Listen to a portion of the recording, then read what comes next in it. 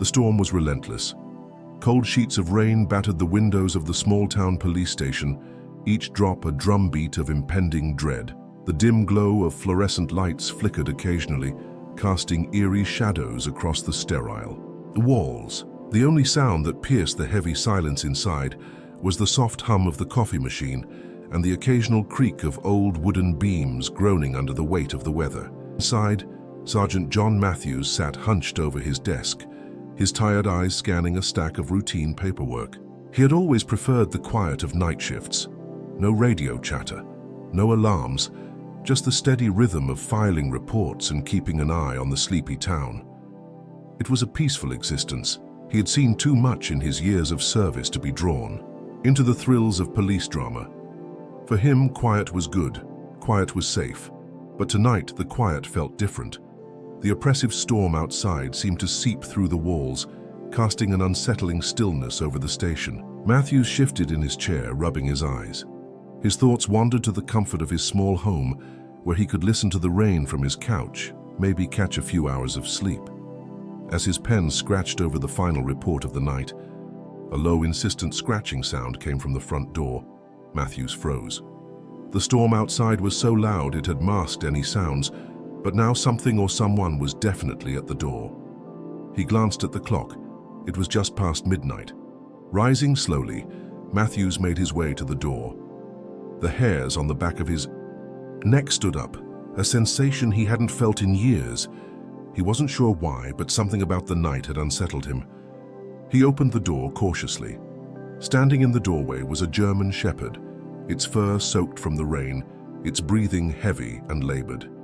The dog's eyes were wide with urgency, and in its mouth, a bloodied high heel. Matthew's stomach tightened. He had seen enough in his years to recognize that look in the dog's eyes.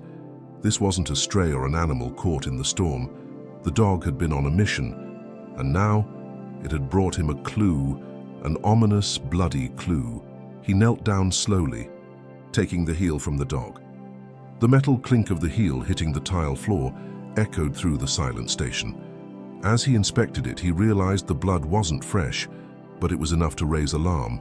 This wasn't some simple case of an animal finding a lost shoe. No, something had happened, something serious. The dog, Rocky, had worked search and rescue missions before. Matthews had heard of the dog, but it had always been a rumor, a tale of a four-legged hero with a knack for finding things that others couldn't. Now Rocky was standing in front of him, covered in rain, blood, and what could only be described as a palpable sense of urgency. The officer took a step back, looking into the dog's eyes. He could see the desperation there. Rocky wasn't just here by chance. He was here because something terrible had happened, and it was up to Matthews to figure out what. Matthews took a deep breath and stepped back inside the station, closing the door behind him. Rocky followed, his wet paws clicking on the tile as he moved further into the room. Matthews paused, looking around. The station was empty, save for him and the dog. No backup, no witnesses, just him and this mysterious canine companion. His mind raced. A bloody high heel was no small matter, and the look in the dog's eyes told him this wasn't just a random item. Someone was missing, someone was in danger. Matthews knew that whatever had happened, it wasn't going to be easy to unravel, but that didn't matter. He was a police officer. It was his job to find the answers. "All right, Rocky," Matthews muttered to himself, glancing down at the dog. "We've got a job to do." He reached for his flashlight, the beam cutting through the shadows of the station as he shined it across the floor. There was more blood, smeared on the floor near the door where the dog had entered. The blood trail led out into the yard behind, the station where the woods began. Matthews hesitated for only a moment. His instincts kicked in.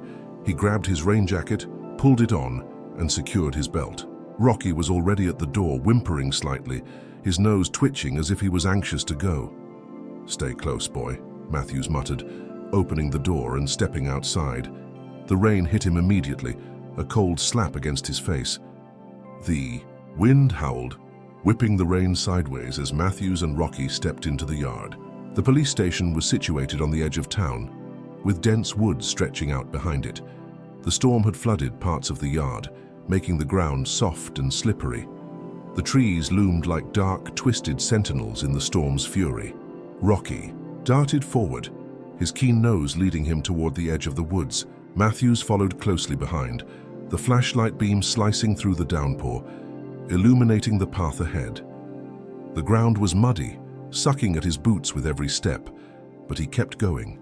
As they ventured deeper into the woods, Matthews couldn't shake the feeling that they weren't just following a trail of blood. They were walking toward something much darker. The dog stopped suddenly, its body rigid. Matthews slowed, sensing the change in the animal's demeanor. Rocky had found something. He turned to look at Matthews, his eyes wide with urgency, then started sniffing at the ground. Matthews knelt beside the dog, his heart beginning to race. He shined the flashlight down to where Rocky was sniffing. There, partially buried in the wet soil, was a piece of torn fabric. It was a deep crimson red, the kind of fabric that seemed too vibrant to belong to nature. Matthews's stomach turned. He carefully pulled the fabric out of the mud. It was a torn shirt, stained with blood. The blood was dark, dried the same kind, of blood on the high heel. Something terrible had happened here. Matthews stood there for a moment, the torn fabric in his hand, staring into the forest. The wind howled through the trees, and the rain intensified. The air was thick with the weight of the storm, and the unsettling silence between the howling gusts made his skin crawl. Rocky, who had been trained to track, was already moving again, his paws splashing in the puddles. The dog didn't hesitate, knowing exactly where to go. Matthews followed, his mind racing. The fabric wasn't just a clue, it was a cry for help. The further they went, the more the atmosphere thickened. Matthews could sense it. The forest was alive with something dangerous, something sinister lurking just beyond the trees. His flashlight beam bounced off the thick trunks of the trees, but it felt like it was barely piercing the darkness. Then, just as Matthews was about to call for backup, Rocky stopped abruptly, his body trembling slightly. The dog's ears perked up, and he sniffed the air. "What is it, boy?" Matthews asked quietly, his voice barely above a whisper. Without a word, Rocky bolted forward, pulling Matthews along with him. He followed the dog, now running through the storm-soaked forest, desperate to keep up with the pace. His boots slipped in the mud, but his focus remained sharp, his eyes never leaving the dog. Something was happening, and they were getting closer. Then, the dog stopped again. Matthews skidded to a halt, just in time to see Rocky's nose touch something on the ground. The officer's heart skipped a beat as he shined the flashlight in the direction the dog was pointing, a blood-stained jacket, half buried in the wet. "Earth?" Matthews crouched down, slowly pulling the jacket from the dirt. The fabric was heavy with the unmistakable weight of blood. He examined it closely. It was torn in several places, and the blood was dark, coagulated. He glanced around, searching for any sign of a body. But the forest was eerily silent. "Stay. Alert, Rocky," Matthews muttered to the dog as he stood up and looked around. Suddenly, the dog barked. Matthews' heart leaped in his chest. "What is it now, boy?" Matthews asked, moving quickly toward the barking dog. He caught up to Rocky, who had his nose pressed to the ground, sniffing furiously. The officer's flashlight illuminated something, half buried in the dirt. At first, Matthews thought it was just a pile of leaves or debris, but as he crouched down and moved the muck away, he felt his stomach lurch. A body. A teenage girl, her face pale and twisted in pain. Her clothes were torn, and she was half buried under a pile of disturbed soil. Her skin was cold to the touch, and her chest barely rose with each shallow breath. Matthew's heart hammered in his chest as he immediately knelt beside her, checking for a pulse. There was one, faint but present.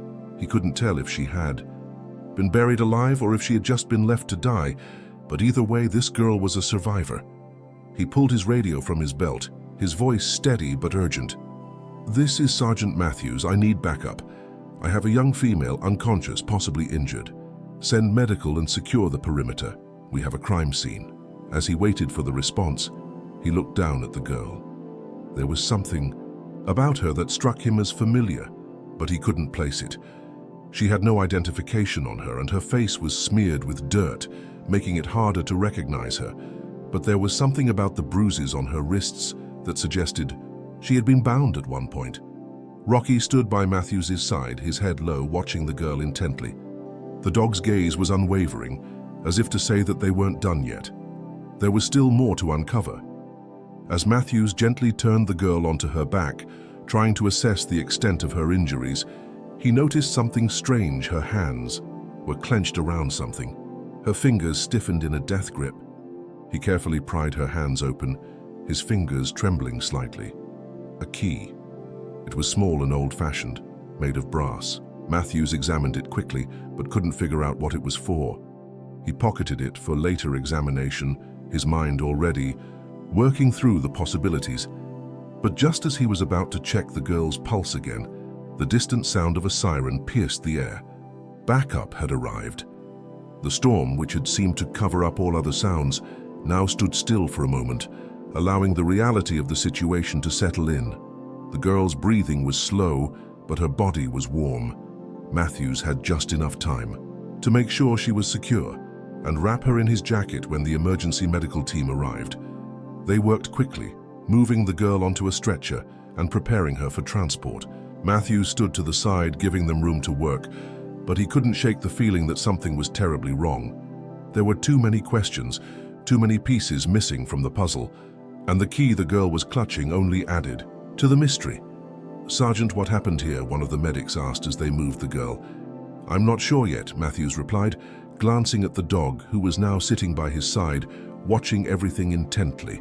"But I think this is just the beginning."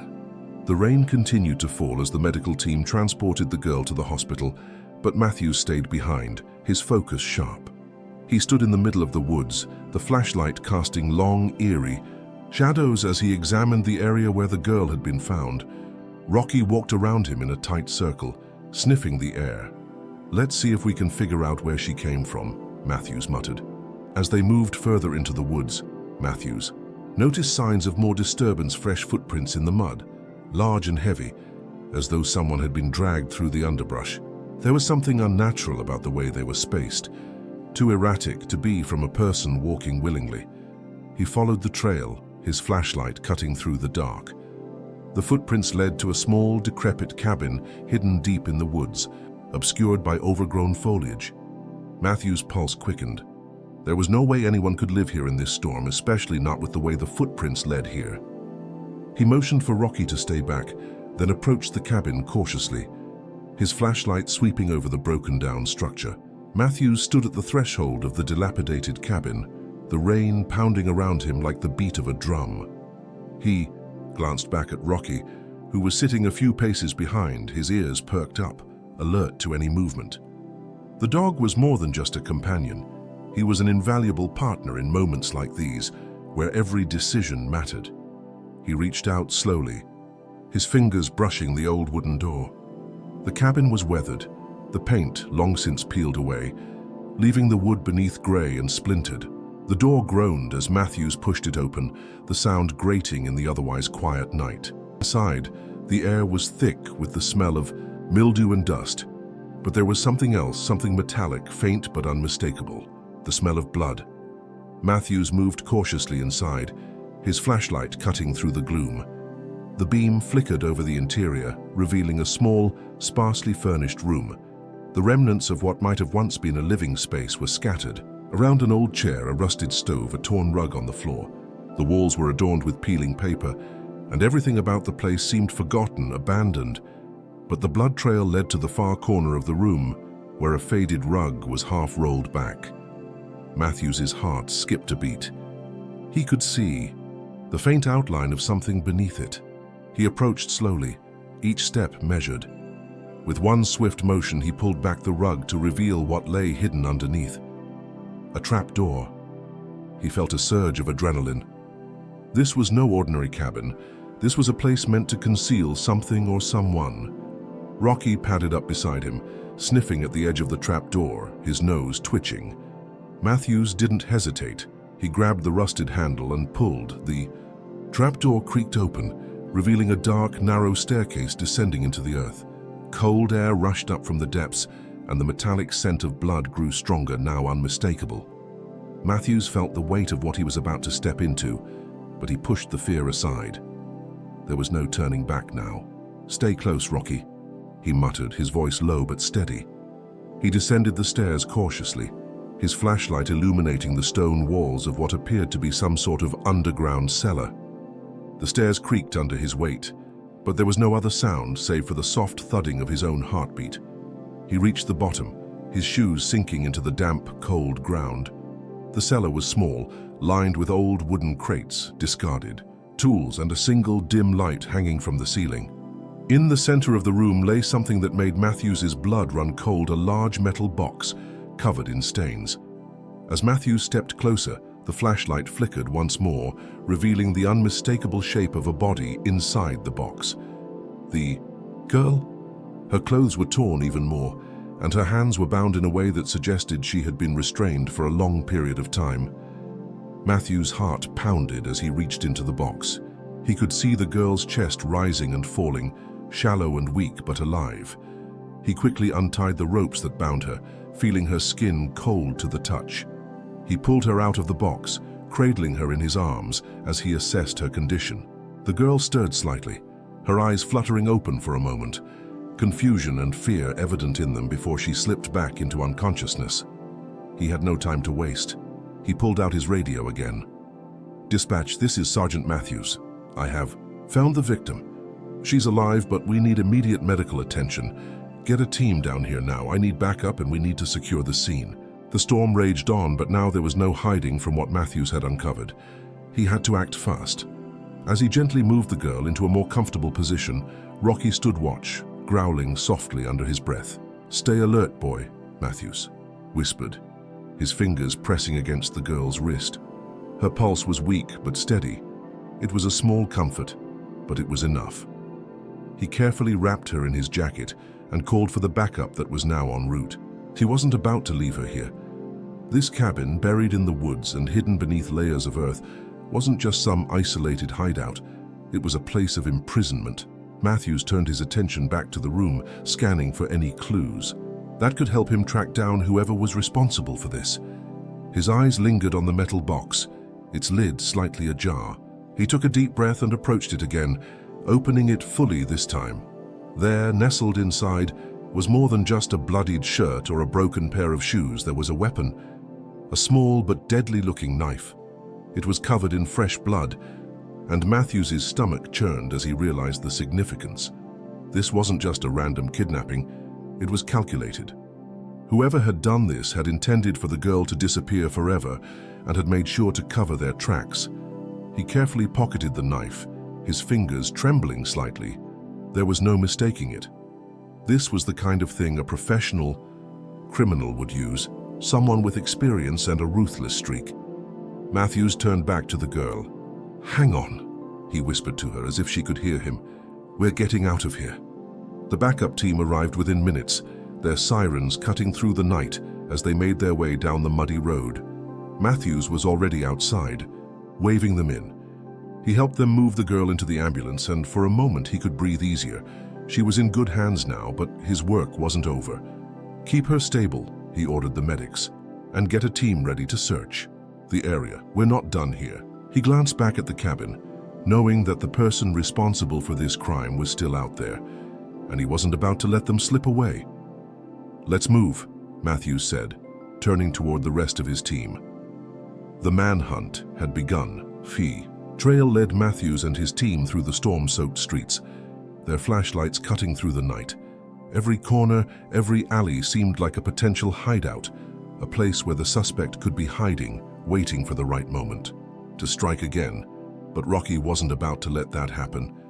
The dog, still limping slightly but unwavering, moved with precision, sniffing the air and guiding them toward the outskirts of town. Then, at the edge of an abandoned industrial site, Matthews saw it. A shadow darted across the street.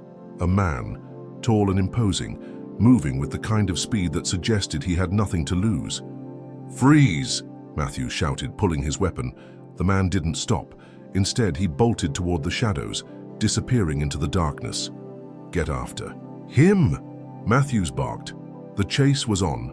They ran through the rain, the storm deafening in their ears.